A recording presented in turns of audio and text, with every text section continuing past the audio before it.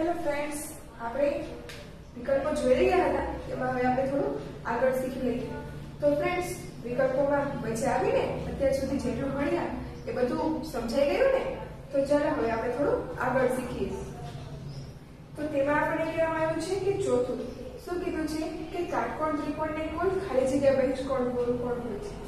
તો કે ઓપ્શન આપણને આપ્યા છે કે 1 2 3 કે 4. હવે ત્રિકોણને બહિષ્કોણ ગુરુકોણ કેટલા હોય તો આપણે અગાઉ શીખી ગયા. તો કે કેટલા હોય છે? તો કે 4 હોય છે. શું હોય છે? તો કે બહિષ્કોણ ગુરુકોણ. કોને? તો કે કાટકોણ ત્રિકોણને. હવે જોઈએ આપણે પાંચમો વિકલ્પ. તો કે પાંચમા વિકલ્પમાં શું કીધું છે? તો કે ત્રિકોણ PQR નો બહિષ્કોણ ખૂણો PQS છે. જો ખૂણો PQS બરાબર 70 હોય તો ખૂણો PQR બરાબર ખાલી જગ્યા. હવે આપણે ઓપ્શન આપ્યા છે તો કે 110 અંશ, 70 અંશ, 35 અંશ અને 50 અંશ. તો ફ્રેન્ડ્સ, હવે આપણે જોઈ લઈએ. આપણને એક ખૂણાનું માપ તો આપી દીધું છે, આપ્યું છે ને? અને આપણે ત્રિકોણનું માપ શું હોય છે? તો કે 180 અંશ. તો આપણે શું કરવાનું છે ફ્રેન્ડ્સ? આપણે 180 અંશ આપણે ત્રિકોણનું માપ હોય છે અને આપણને એક ખૂણાનું માપ આપ્યું છે. કેટલું આપ્યું છે? તો કે 70 અંશ. તો શું કરવાનું ફ્રેન્ડ્સ? તો કે 180 અંશ છે એમાંથી 70 અંશ બાદ કરીશું એટલે કે 110 અંશ. તો ફ્રેન્ડ્સ, આ શું આવ્યું આપણું? તો કે આપણે ખૂણો PQR જે શોધવાનો કીધો હતો તે આપણને મળી ગયો 110 અંશ. તો આપણે 110 અંશ ઓપ્શન A એટલે કે 110 અંશ જવાબ આવે છે. કેવી રીતે આવ્યો? તો કે આપણા ત્રિકોણનું માપ કેટલું હોય? 180 અંશ. તેમાંથી આપણે એક ખૂણાનું માપ બાદ કર્યું કે જે આપ્યું છે 70 અંશ. એટલે કે તે બાદ કરવાથી આપણને શું મળ્યું? 110 અંશ. તો ફ્રેન્ડ્સ, સમજાઈ ગયું ને? હવે તેવી જ રીતના જોઈએ આપણે છઠ્ઠો વિકલ્પ. તો તેમાં શું કીધું છે કે ત્રિકોણ ABC માં ખૂણો A વત્તા ખૂણો B બરાબર 140 અંશ હોય તો ખૂણો C બરાબર ખાલી જગ્યા. તો હવે આપણે ઓપ્શન પર આપ્યા છે. ઓપ્શન શું આપ્યા છે? તો કે A 140 અંશ, B 70 અંશ, C 40 અંશ અને D 80 અંશ.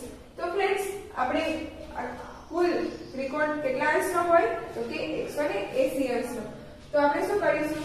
તો કે ખૂણો A વત્તા ખૂણો B વત્તા ખૂણો C બરાબર 180 અંશનો હોય. તો હવે ખૂણો A અને ખૂણો B નું માપ આપણને આપ્યું છે. કેટલું આપ્યું છે? તો કે 140 અંશ અને વત્તા ખૂણો C આપણે શોધવાનો છે અને 180 અંશ આપણે શું હોય? તો કે કુલ બધા ખૂણાનું માપ. તો હવે શું કરીશું? તો કે ખૂણો C બરાબર 180 માંથી શું કરીશું? 140 બાદ. આપણે આવું કેમ કર્યું? તો કે 140 રહ્યા એને આપણે બરાબરની બીજી સાઈડ લઈ ગયા. જો લઈ ગયા ને, એટલે કે 140 પ્લસ હતા એ આપણે માઈનસ થઈ ગયા. એટલે કે 180 માંથી 140 બાદ કરવાના. તો હવે ખૂણો C 180 માંથી 140 બાદ કરતા આપણને કેટલા મળશે? તો કે 40 અંશ. આ આપણને મળી ગયો ખૂણો C. તો ફ્રેન્ડ્સ, જો 40 અંશ છે તો કે હા, ઓપ્શન C આપણને મળી ગયો 40 અંશ. હવે જોઈ લઈએ આપણે સાતમો વિકલ્પ. તો તે શું છે? તો કે ત્રિકોણ XYZ માં ખૂણો X અને ખૂણો Y વત્તા ખૂણો Z બરાબર કેટલું થાય? તો ફ્રેન્ડ્સ, અત્યારે આપણે શીખી ગયા જે આપણે આમાં જોયું કે કોઈ પણ ત્રિકોણ હોય એના ત્રણેય ખૂણાઓનો સરવાળો કેટલો થાય ફ્રેન્ડ્સ? 180 અંશ. તો આવી ગયો ને જવાબ. હવે તેવી રીતના જોઈએ આપણે આઠમો ઓપ્શન. તો આઠમામાં આપણને શું કીધું છે? તો કે ત્રિકોણ ABC નો બહિષ્કોણ ખૂણો ACD છે. જો ખૂણો ACD બરાબર 110 અને ખૂણો A બરાબર 60 હોય તો ખૂણો B બરાબર ખાલી જગ્યા. હવે શું કીધું છે ફ્રેન્ડ્સ? કે આપણને આપ્યું છે કે ત્રિકોણ આપણને ખૂણો ACD બરાબર 110 અંશ આપ્યો છે અને ખૂણો A બરાબર આપણે 60 અંશ આપ્યો છે. તો શું કરવાનું? કે આખો આ ખૂણો છે એમાંથી એક ખૂણો આપણે બાદ કરવાનો. તો શું કરીશું ફ્રેન્ડ્સ? તો કે આપણને ખૂણો ACD નું માપ આપ્યું છે.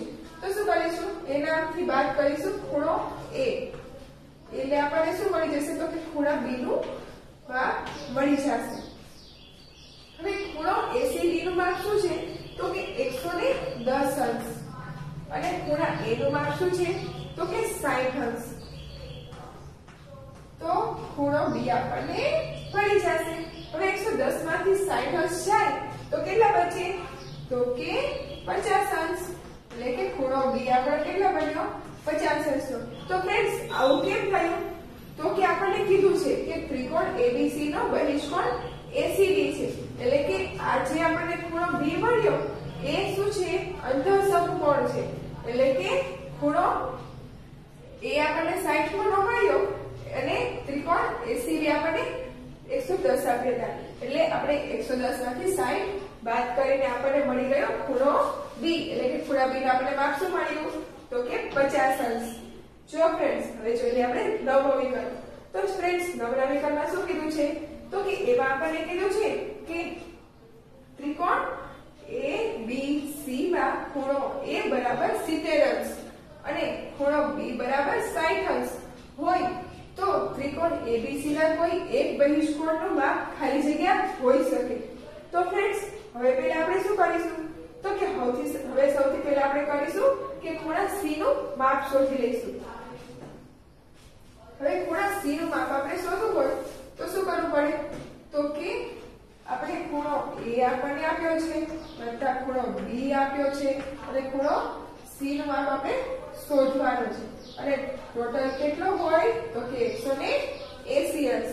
હવે ખૂણા A નું માપ આપણને આપ્યું છે કેટલું તો કે 70 અંશ અને ખૂણા B નું માપ પણ આપ્યું છે તો કેટલું તો કે 60 અંશ અને ખૂણા C નું માપ આપણે શોધવાનું છે તો કે ખૂણો C બરાબર 180 અંશ। હવે આ બેનો સરવાળો કરીએ તો કેટલો આવશે તો કે 130 અંશ બરાબર વત્તા ખૂણો C બરાબર 180। તો હવે શું કરીશું ખૂણો C બરાબર 180 ઓછા 130, એટલે કે હવે શું કરીશું તો કે 180 માંથી 130 બાદ કરીશું। શું કામ તો કે 130 રહ્યા એ બરાબરની બીજી સાઈડ ગયા તો આપણી પાસે શું બચ્યું તો આપણી પાસે આવ્યા 50 અંશ આવ્યો। ખૂણો C કેટલો આવ્યો તો કે 50 અંશ। આ મળી ગયો આપણને ખૂણો C, પણ આપણે શું શોધવાનું છે તે કે ત્રિકોણ ABC ના કોઈ એક બહિષ્કોણનું માપ શોધવાનું છે। તો હવે શું કરીશું તો કે ખૂણો B નું માપ આપણી પાસે છે અને ખૂણા C નું છે, એટલે કે એક બહિષ્કોણ આપણી માપ મળી જાય આપણને તો આપણે ખૂણો A ખૂણો B વત્તા ખૂણો C કરીશું, એટલે કે આપણને મળી જશે બહિષ્કોણનું માપ। તો શું થશે તો આપણે 60 B નું માપ શું આપ્યું છે તો કે 60 અને અત્યારે આપણે ખૂણા C નું માપ શું મળ્યું તો કે 50, તો આપણને શું મળી ગયું બહિષ્કોણનું માપ મળી ગયું કેટલું તો કે 60 વત્તા 50, એટલે કે 110 અંશ। આ મળી ગયું આપણને બહિષ્કોણનું માપ, એટલે કે શું થશે તો કે ઓપ્શન બી, એટલે કે ત્રિકોણ ABC માં ખૂણો A નું માપ 70 હોય અને ખૂણા B નું માપ 60 હોય તો ત્રિકોણ ABC ના કોઈ એક બહિષ્કોણનું માપ શું થાય 110 હોઈ શકે। તો હવે જોઈએ આપણે 10મું। તો ફ્રેન્ડ્સ એમાં શું કીધું છે તો કે એમાં કીધું છે ત્રિકોણ ABC માં ખૂણો B નું માપ 55 અંશ અને ખૂણા C નું માપ 65 અંશ છે। જો ત્રિકોણ ABC ના બહિષ્કોણનું માપ ખાલી જગ્યા ન હોઈ શકે તો આપણને કીધું છે કે કઈ માપ હોઈ ન શકે। તો ચાલો આપણે જોઈ લઈએ।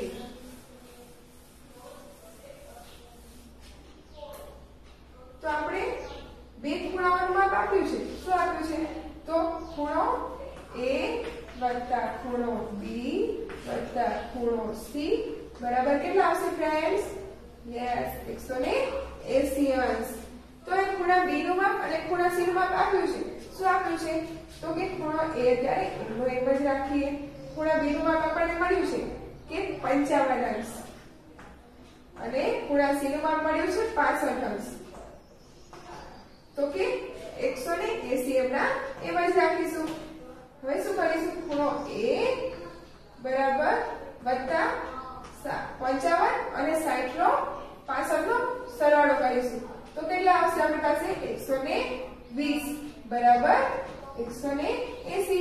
હવે ખૂણો A નું માપ આપણે મળી ગયું, શું મળ્યું તો કે 180 માંથી 120 બાદ કરવાના તો 120 શું કામ બાદ કર્યા તો કે પ્લસ હતા તે બરાબર ની બીજી સાઈડ જાય તો માઈનસ થઈ જાય હવે શું કરીશું તો કે બાદબાકી 180 માંથી 120 જાય તો શું બચે તો કે 60 અંશ આ 60 અંશ આવ્યો પણ આપણે શું કરવાનું છે કે કેમ શું ન હોઈ શકે તો હવે શું કરીશું તો બહિષ્કોણનું માપ શોધીશું તો બહિષ્કોણ શોધવા માટે આપણી પાસે ખૂણો A મળી ગયો અને ખૂણો B એટલે કે ખૂણો A વત્તા ખૂણો કરીશું B એટલે કે ખૂણો A કેટલો છે આપણે તો કે 60 અને ખૂણો B તો કે 55 તો આપણો આવે છે શું તો કે 115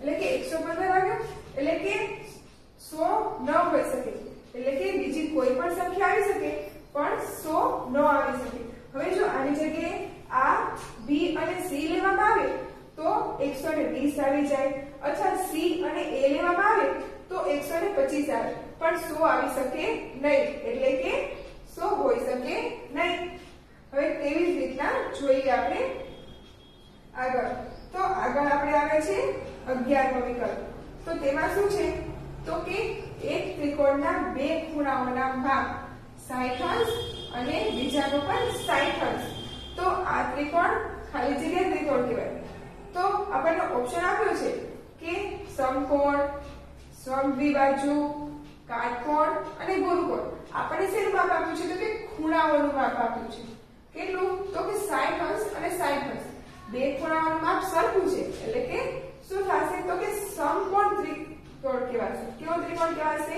સમકોણ કેમ તો કે બે ખૂણાઓનું માપ આપણને કીધું છે જો બે બાજુઓનું કીધું હોય તો સમદ્વિબાજુ આવે પણ આપણને શું કીધું છે કે બે ખૂણાઓનું માપ તો શું આવશે ઓપ્શન A સમકોણ હવે જોઈએ આપણે વિકલ્પ 12મો તો ફ્રેન્ડ્સ એમાં આપણને શું કીધું છે કે એક ત્રિકોણ ના બે ખૂણાના માપ 40 અંશ અને 50 અંશ છે તો આ ત્રિકોણ ખાલી જગ્યા કાટકોણ કહેવાય હવે એક ત્રિકોણનું માપ શું આપ્યું છે તો કે 40 અંશ અને બીજા ત્રિકોણનું તો કે 50 અંશ હવે બંને ત્રિકોણનો સરવાળો કરીએ તો કેટલો થાય ફ્રેન્ડ્સ તો કે 90 અંશ 90 અંશ થાય અને બંને ત્રિકોણો લઘુકોણો છે એટલે કે શું આવશે તો કે કાટકોણ આવશે ગુરુકોણ આવશે લઘુકોણ આવશે કે સમદ્વિબાજુ આવશે તો કે કાટકોણ આવશે કેમ તો કે આ બંને ખૂણાઓનો સરવાળો કરતા આપણને કેટલા મળે છે તો કે 90 અંશ અને બને છે લઘુકોણો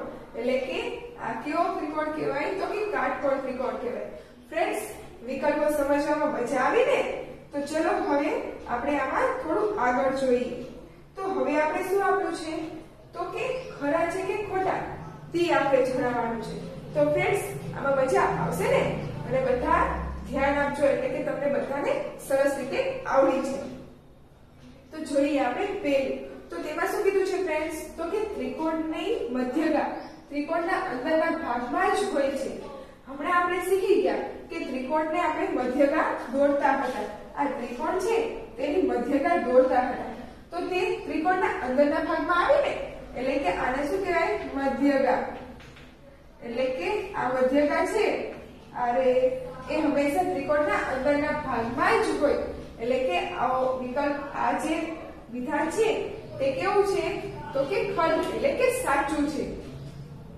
હવે જોઈએ કે બીજું તો તેમાં શું કીધું છે કે ત્રિકોણના વેધ હંમેશા ત્રિકોણની અંદરના ભાગમાં જ હોય તો આ વિધાન ખોટું છે કેમ કે આ ત્રિકોણ આપણો છે બરોબર તો આમાં વેધ્યો એમાં આ લંબ હોય તો આમ પ્રમાણે પણ દોરવામાં આવે એટલે કે તે જરૂરી નથી કે ત્રિકોણનો વેધ હંમેશા અંદરના ભાગમાં જ હોય એટલે કે આ વિધાન ખોટું છે હવે જોઈએ કે સમદ્વિબાજુ ત્રિકોણમાં વેધ એ જ તેની મધ્યગા હોય છે એટલે કે સમબાજુ એટલે કે જે ત્રિકોણની બાજુઓ સરખી હોય તેવા ત્રિકોણમાં વેધ એ જ તેની મધ્યગા હોય છે તો તે વિધાન સાચું છે કેમ કે તે ત્રિકોણ સમબાજુ ત્રિકોણ છે હવે જોઈએ ચોથું તો તેમાં શું કીધું છે ફ્રેન્ડ્સ કે સમદ્વિબાજુ ત્રિકોણમાં મધ્યગા એ જ તેનો વેધ હોય છે.